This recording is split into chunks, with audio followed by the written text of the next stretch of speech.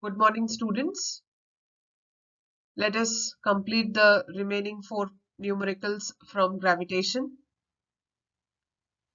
An object thrown vertically upwards reaches a height of 500 meters.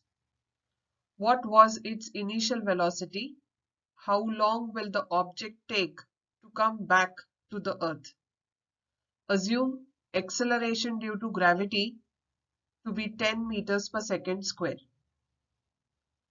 So we have been given the height which the object reaches when it is thrown vertically upwards, that is given by S, which is 500 meters. Initial velocity with which the object is thrown, that is U, is to be found out. Final velocity V, when the object reaches the height of 500 meters, it will become 0 meters per second. Time we have to calculate, that is how long the object will take to come back on Earth. So we have to calculate the time. Acceleration due to gravity, we have been given 10 meters per second square, but because the object is thrown vertically upwards, we will take the sign convention and hence it will become minus 10 meters per second square. Using Newton's third equation of motion, v square is equal to u square plus 2gs. We will substitute all the values here. Here we are finding out the initial velocity. We will take u square on the left hand side, so it will become minus u square is equal to minus 10,000. U is equal to root 10,000. U is equal to 100 meters per second. So square root of 10,000 is 100. So we get initial velocity with which the object is thrown vertically upwards is 100 meters per second. Using Newton's first equation of motion to find out the time that the object will take to come back on Earth. V is equal to U plus GT. V is 0. U we have found out 100. G is minus 10. T we have to find out. So T will be 10 seconds. On simplifying, you will get time to be 10 seconds. Time taken by object to go up is equal to time taken by object to come down. So total time taken will be 10 plus 10, that is 20 seconds. So this is what is the solution to the numerical. Coming to the next numerical. A ball falls off a table and reaches the ground in 1 second. Assuming acceleration due to gravity to be 10 meters per second square, calculate its speed on reaching the ground and the height of the table. So we have been given the time the ball takes to reach the ground from the table, and that is 1 second. Now the ball was on the table initially, and hence its initial velocity will be 0. That is, u will be equal to 0 meters per second. We have to consider acceleration due to gravity to be 10 meters per second square. And what we have to find out is the final velocity of the ball when it touches the ground. That is v. And we are also supposed to find out the height of the table, that is s. So we will first make use of the first equation of motion. V is equal to u plus gt. We know that u is 0, g is 10, and time is 1 second. So the final velocity when the ball touches the ground is 10 meters per second. Then we will make use of the second equation of motion to find out the height of the table. S is equal to ut plus half gt square. U is already 0, so we will begin from here, that is half. into g is 10, time is 1 second. So when we reduce it to the lowest term, we find that the height of the table is 5 meters. So final velocity is 10 meters per second when the ball touches the ground, and the height of the table is 5 meters. Coming to the next numerical, the masses of the Earth and Moon are 6 into 10 raised to 24 kg and 7.4 into 10 raised to 22 kg respectively. The distance between them is 3.84 into 10 raised to 5 kilometers. Calculate the gravitational force of attraction between the two. Use G, that is universal gravitational constant value, to be 6.7 into 10 raised to minus 11 Newton meter square per kg square.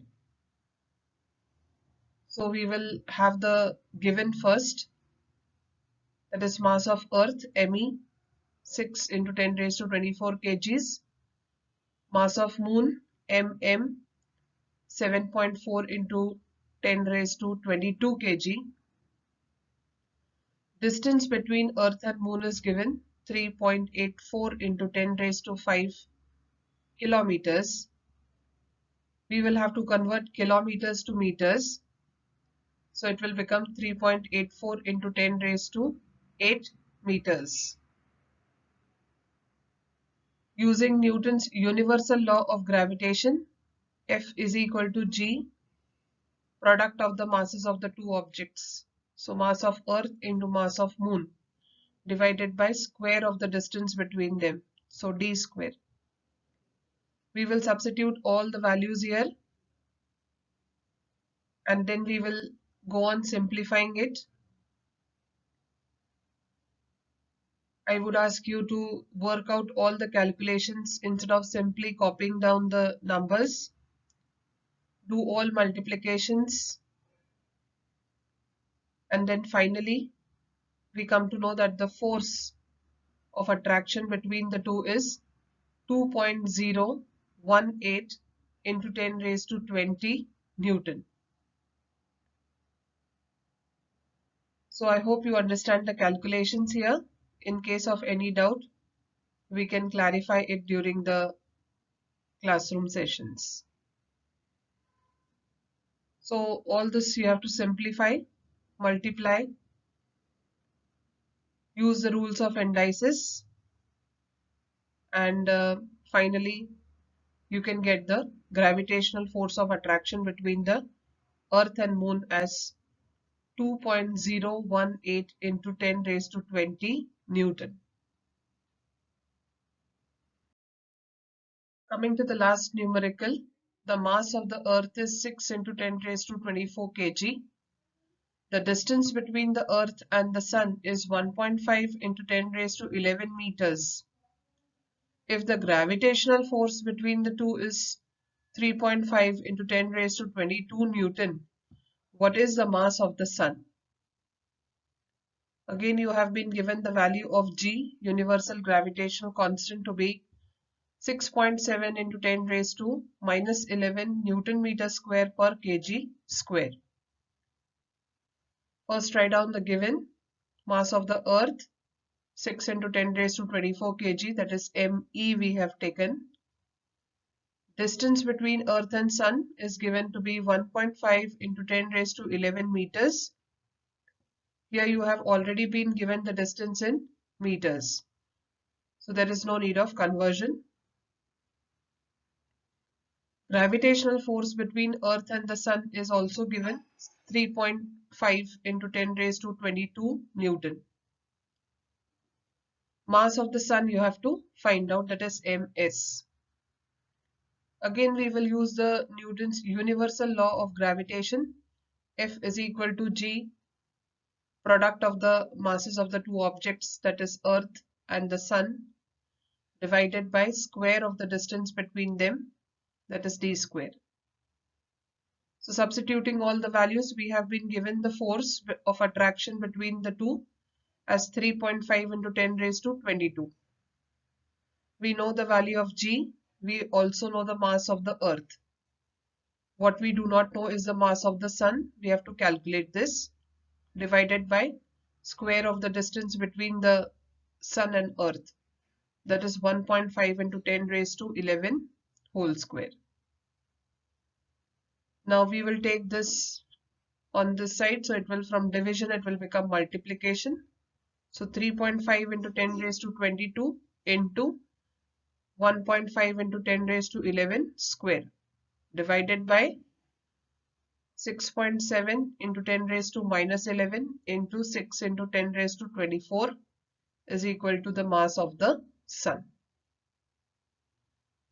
So again we will go on simplifying, and finally we get the mass of the Sun to be 1.96 into 10 raised to 30 kgs.